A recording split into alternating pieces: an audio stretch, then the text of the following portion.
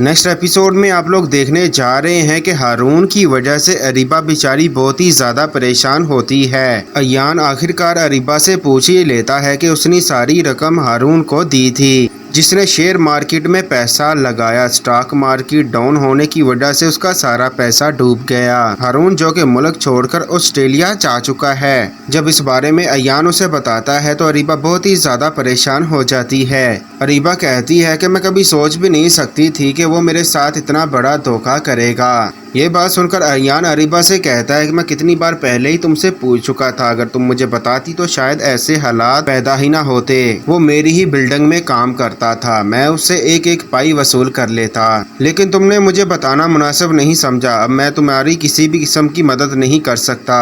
یہ بات سن کر اریبہ ایان کو کہتی ہے کہ ایان میرے ساتھ ہی ایسا کیوں ہوتا ہے؟ میرے پاس جتنی بھی رقم تھی میں نے ہارون کو دے دی تھی، مجھے کیا پتا تھا کہ وہ اس طرح فراڈ کر کے میرے ساتھ چلا جائے گا۔ ہارون کی وجہ سے میری کمپنی کو کتنا نقصان ہوا ہے تمہیں شاید اس بات کا اندازہ ہی نہیں۔ دوسری طرف ناظرین اب یہ بھی دیکھنے جا رہے ہیں کہ تابین جو کہ یہ فیصلہ کر چکی ہے کہ وہ شہریار سے شادی کرے گی، جبکہ زلیخا تو یہ بات کبھی بھی برداشت نہیں کرے گی۔ وہ تو یہی چاہتی ہے کہ وہ ایان کو معاف کر کے اس سے شادی کر لے۔ جب زلیخا تابین سے اس بارے میں بات کرتی ہے تو تابین زلیخا سے کہتی ہے ابھی ایان اور میرے درمیان کبھی بھی کسی قسم کا کوئی تعلق نہیں ہو سکتا۔ پھپھو آپ اچھے طریقے سے جانتی ہیں کہ اب ہمارے بیچ اتنا سب کچھ ہونے کے بعد ایسی ویسی کوئی بھی بات نہیں ہو سکتی۔ یہ بات سن کر زلیخا ایک بار پھر کہتی ہے کہ تم ایان کو معاف کر دو، اس نے جو کچھ بھی کیا غلط کیا میں مانتی ہوں، میں اب بھی تم پر یقین کرتی ہوں، میں اب بھی تمہیں اپنی بہو بنانا چاہتی ہوں۔ اگر تم نے اس سے شادی نہ کی تو وہ اریبہ سے شادی کر لے گا، اور اریبہ کو میں کبھی بھی اپنی بہو تسلیم نہیں کر سکتی۔